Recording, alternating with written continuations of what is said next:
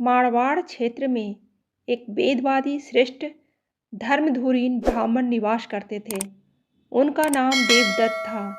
उन ब्राह्मण की बड़ी सुंदर रूप गर्विता पत्नी थी। उसका नाम शोभना था। ब्राह्मण देवता जीविका के लिए अपने ग्राम से अन्य किसी ग्राम में भिक्षाटन के लिए गए हुए थे। इधर ब्राह्मणी कुसंगत में फंसकर व्यभिचार में प्रवृत्त हो गई। अब तो पूरे गांव में उसके इस निंदित कर्म की चर्चाएं होने लगी, परंतु उस दुष्टा ने गांव ही जलवा दिया। दुष्कर्मों में रत रहने वाली वह दुर्बुद्धि मरी तो उसका अगला जन्म चांडाल के घर में हुआ। पति का त्याग करने से वह चंडालिन बनी। ग्राम जलाने से उसे भीषण कुष्ठ हो गया तथा व्यभिचार कर्म के कारण वह अंधी भी हो गई। अपने कर्म का फल उसे भोगना ही था। इस प्रकार वह अपने कर्म के योग से दिनों दिन दारुण दुख प्राप्त करती हुई देश देशांतर में भटकने लगी। एक बार दैवयोग से वह भटकती हुई कौशलपुरी पहुंच गई।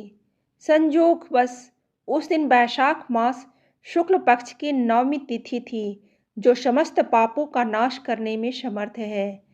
सीता नवमी के पावन उत्सव पर भूख प्यास से व्याकुल वह दुखियारी इस प्रकार प्रार्थना करने लगी, हे सज्जनों, मुझ पर कृपा कर कुछ भोजन सामग्री प्रदान करो, मैं भूख से मर रही हूँ।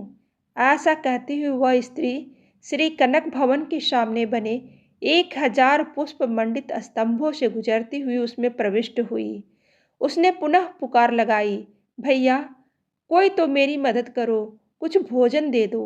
इतने में एक भक्त ने उससे कहा, देवी आज तो सीता नवमी है, भोजन में अन्न देने वाले को पाप लगता है, इसलिए आज तो अन्न नहीं मिलेगा।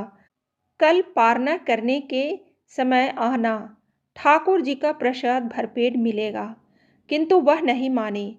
अधिक कहने पर भक्त ने उसे तुलसी एवं जल प्रदान किया। वह पापिनी भूख से मर गई, किंतु इसी बहाने अनजान में उसे सीता नवमी का व्रत पूरा हो गया। अब तो परम कृपालिनी ने उसे समस्त पापों से मुक्त कर दिया। इस व्रत के प्रभाव से वह पापिनी निर्मल होकर स्वर्ग में आनंद पूर्वक अनंत वर्षों तक रही। तत्पश्चात वह कामरूप देश के महाराजा जैसी की महारानी कामकला के नाम से विख्यात हुई। अतः सीता नवमी पर जो श्रद्धालु माता जानकी का पूजा अर्चन करते हैं, उन्हें सभी प्रकार के सुख सौभाग्य प्राप्त होते हैं। कहानी अच्छी लगे तो लाइक जरूर करें और ऐसी ही कहानी सुनने के लिए सब्सक्राइब बटन दबाइए।